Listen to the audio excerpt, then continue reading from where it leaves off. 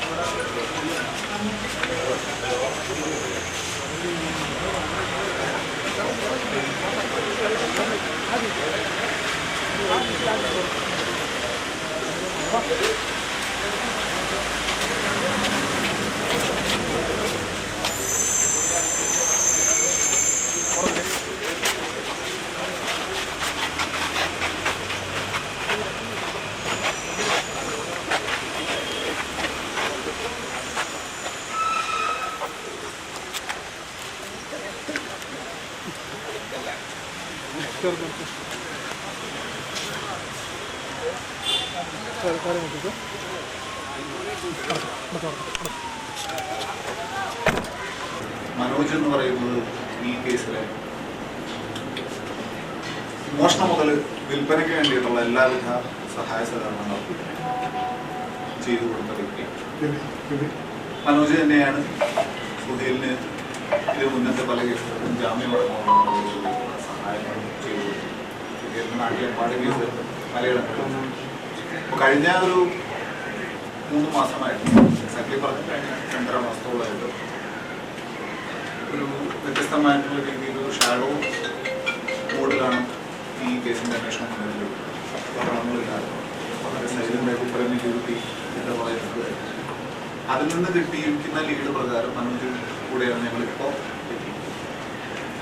ഈ കേസിൻ്റെ ഞാൻ ആദ്യമേ പറഞ്ഞതിൻ്റെ 1ാം ഘട്ടം മാത്രമാണ് ഇപ്പോൾ കംപ്ലീറ്റഡ് ആയിരുന്നത്. ഇതിൽ തുടർന്നുള്ള ഇതിൽ ഉണ്ടാകാനുള്ള സാധ്യതകൾ കൂടുതലാണ്. ഇങ്ങനെ പറയാൻ കാരണം ഈ കേസ് ഉണ്ടായി ആ സംഭവത്തിന് ശേഷം തന്നെ ഏകദേശം 20 ദിവസത്തിന് ശേഷം ഇതിൽ